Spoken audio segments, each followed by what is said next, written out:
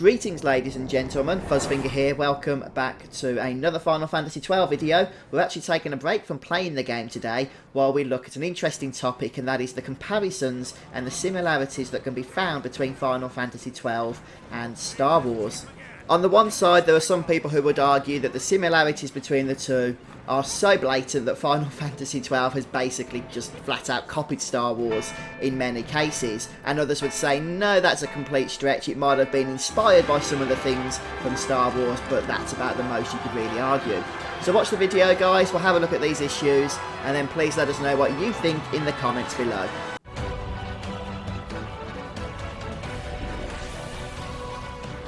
It should be noted at the get-go that the theory surrounding whether Final Fantasy XII copied a lot of its ideas from Star Wars is not a new theory by any stretch of the imagination. Indeed, these kinds of discussions go right back to the game's release back in 2006.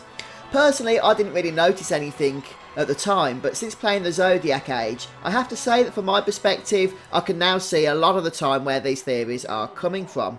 In terms of any official acknowledgement, I did manage to come across this quote from GameSpot.com from Hiroaki Kato, a producer for the Zodiac age who did also work on the original game as well. When he was asked to comment on the similarities that fans had noticed between Final Fantasy XII and Star Wars, he said the following, and I quote, "He lets out a laugh. I've heard that as well.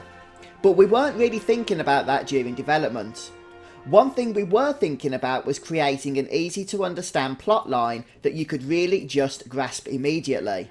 And Star Wars, in a sense, does have that too. But because Star Wars is such a great title, such a great film, that also means that Final Fantasy XII is a great title, right?" And then he laughs again. End quote. So it would seem that Kato's own words could be interpreted in different ways and therefore remain ambiguous. Instead, let us just compare the alleged similarities themselves in question, and then maybe you can decide for yourselves whether you think that yes, these have been blatantly copied from Star Wars, or no, it's very possible that the tremendous parallels, and that's really what they are, between the characters and the story here can be put down to mere coincidence, or at most, light inspiration. I'm sure I don't really need to say this, but just to confirm, there will of course be spoilers for both Star Wars and Final Fantasy XII, so if you want to avoid those, you should turn this video off from this point. So as we start to look at these similarities, I think to make things easy we best put them into separate categories. So we're going to look first of all at the cast of characters between the game and the Star Wars movies. And after that we're going to then look at the set pieces and story locations before finally taking a look at the similarities in the overarching mythos between the two.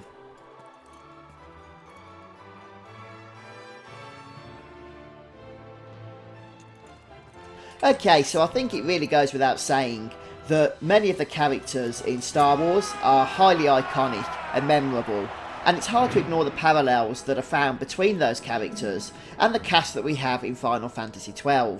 Indeed, many of the characters in Final Fantasy XII seem to have some kind of counterpart in the Star Wars universe.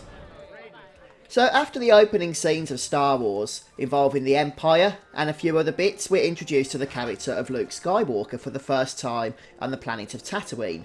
Likewise with Final Fantasy XII, after some opening scenes and exposition, we're introduced to the character of Vaan, and it's hard to ignore the parallels between these two characters. Just as with Luke, there's nothing really special about Vaan, he's just an ordinary boy, somebody that is very part of the world that he lives in, but really wishes he could be something more. Now in Star Wars, Luke tells us very early on about his hatred of the Empire, and the same in Final Fantasy XII. We learn very early on in the game, when we first meet Vaan in fact, of his distaste towards the Empire that's recently occupied Rabanastre. However, I don't believe that's the only parallel that can be drawn with Vaan. Later on we're introduced to Penelo. Hey, that's mine. What do you mean, yours? You've been stealing again. Now, despite the fact that it seems there's no romantic involvement between Vaan and Penelo, they are obviously very, very close to one another. They certainly like to argue, but they wouldn't like to be apart for too long. We're orphans. Varney's certainly a good-natured individual, there's no question about that. However, he tends to want to go headfirst into things without really thinking about the consequences. And that's why it's important that Penelo is around him, because she acts as his voice of reason. She guides him, she points him in the right direction, and okay, he still has to make his own choices. But without Penelo, you kind of get the impression that he would really be lost and end up in a lot of trouble. And in this case, these two characters can really be compared to C-3PO and R2-D2. Oh, so which is it, you might ask? Is it Luke Skywalker, or is it C-3PO and R2-D2? Well, it can be all of them, can't it? We're talking about parallels here, and you can certainly get inspiration from multiple characters, and take that inspiration and place it into a single character, or into two characters instead of 3 or 4. Who are you? I play the leading man. Who else? Okay, so next up we have the very interesting character of Balthier, along with his sidekick or assistant Fran. No, you won't. I found it. It's mine. So Balthier is a sky pirate, and it's pretty obvious, I think, where the parallels can be drawn with these particular characters. In fact, these comparisons are really so blatant, you'd have a very, very tough time convincing me that the developers, the designers of Final Fantasy XII, were not drawing inspiration from Han Solo when they created the character of Balthier. He sees himself, of course, as the leading man, and he's somebody who absolutely loves his own freedom, being able to go where he wants to go. He even has his own ship, the Stroll, which is a big homage to the Millennium Falcon. And not only that, but he even ends up smuggling people, just as in fact Han Solo does in Star Wars. You have something that belongs to me. Sorry. There are in fact many, many connections you can draw between the characters of Han Solo and Balthier. Too many really for me to include in this video.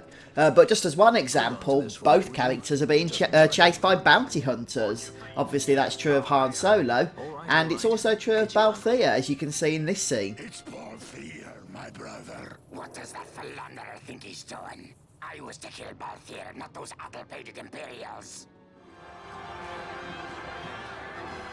Of course, you also have Ash, who happens to be a princess that ends up, you know, fighting against the Empire. So a rebellious princess, very much like, the princess in Star Wars, Leia, of course.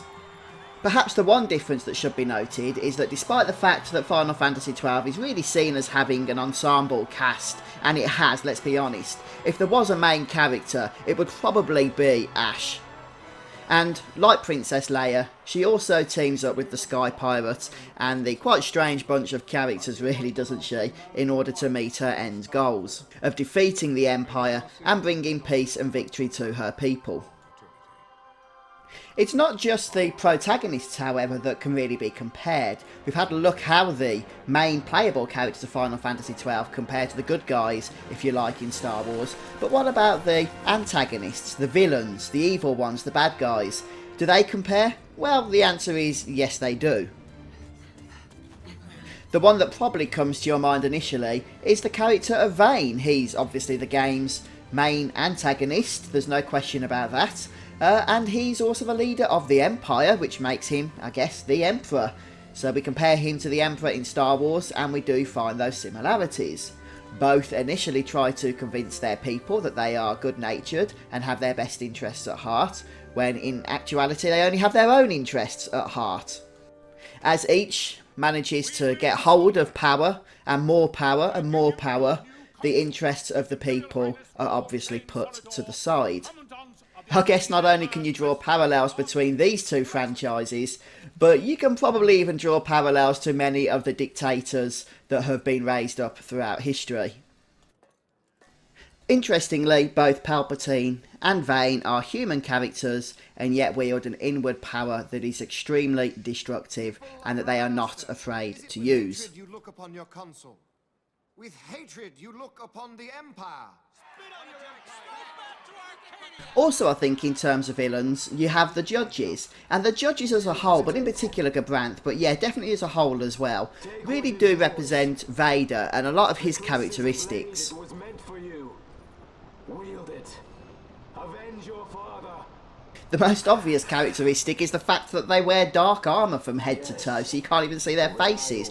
You don't even know what lies underneath until they remove their helmets. The judges basically represent that which is evil and cruel.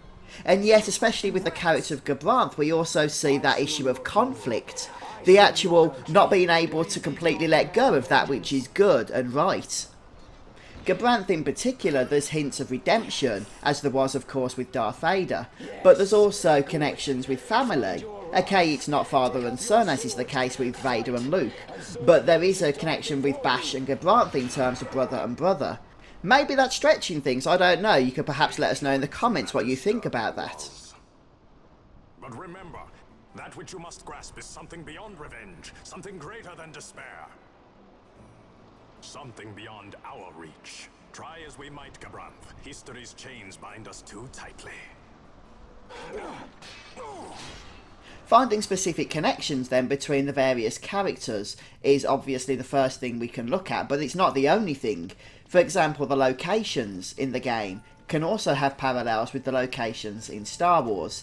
Take Bajerba for example, a city which is literally located within the clouds and is accessible only by flying ship. I wonder what that could mean. Even the story that takes place here is basically identical to what takes place in The Empire Strikes Back. We have our characters arriving into the Cloud City where they are greeted by Ondor, only then to later be betrayed into the hands of the Empire. And of course the same thing happens in Star Wars, where our protagonists fly to the city, encounter Lando Calrissian, whom they believe to be a friend, only for him to later betray them into the hands of the Empire. You also have the dreaded Sky Fortress, the Empire's most powerful ship in Final Fantasy XII, dreaded by the citizens of the planet Evilis below. And so analogies can be drawn between the Bahamut and the Death Star of Star Wars, or even perhaps some of the other ships such as the Star Destroyers, and how the Empire wants to rule with an iron fist and keep its citizens in order through fear and destruction.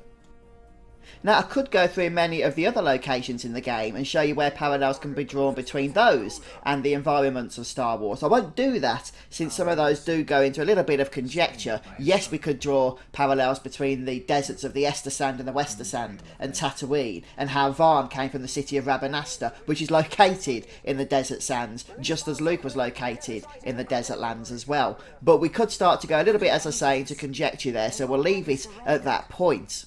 But I'll leave it up to you whether you want to draw any further analogies in terms of story locations between the game and the movies. But there's another possible area where Final Fantasy XII might borrow from Star Wars, and that's in the overarching mythology that's found between both franchises. So in Star Wars you have the Force, which is described as an energy field which penetrates all living things in the universe. And in Final Fantasy XII you have Mist, which is also described as a naturally occurring energy found throughout most regions of the planet. And not only that, but it is said that Mist affects all living things. It affects the climate, and it even affects the terrain and the land itself.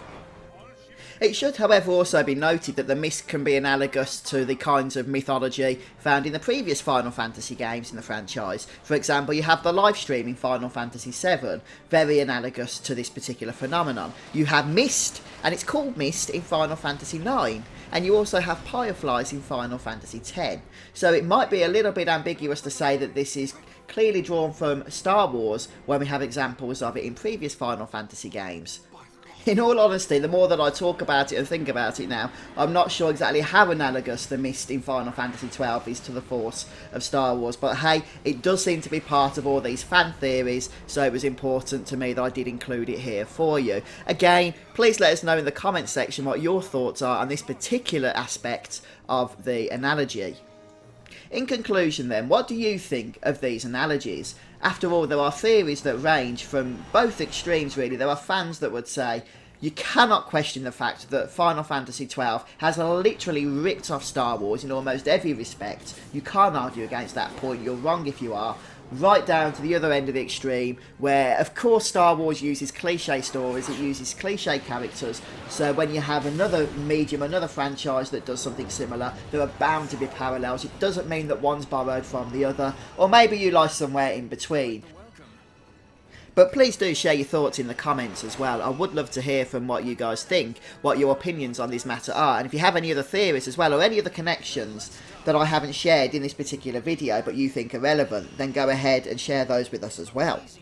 Whichever way you fall on these issues, I do hope that this video has been entertaining for you nonetheless, and if it has, don't forget to leave a like, and come back soon for more Final Fantasy content. Goodbye all, take care.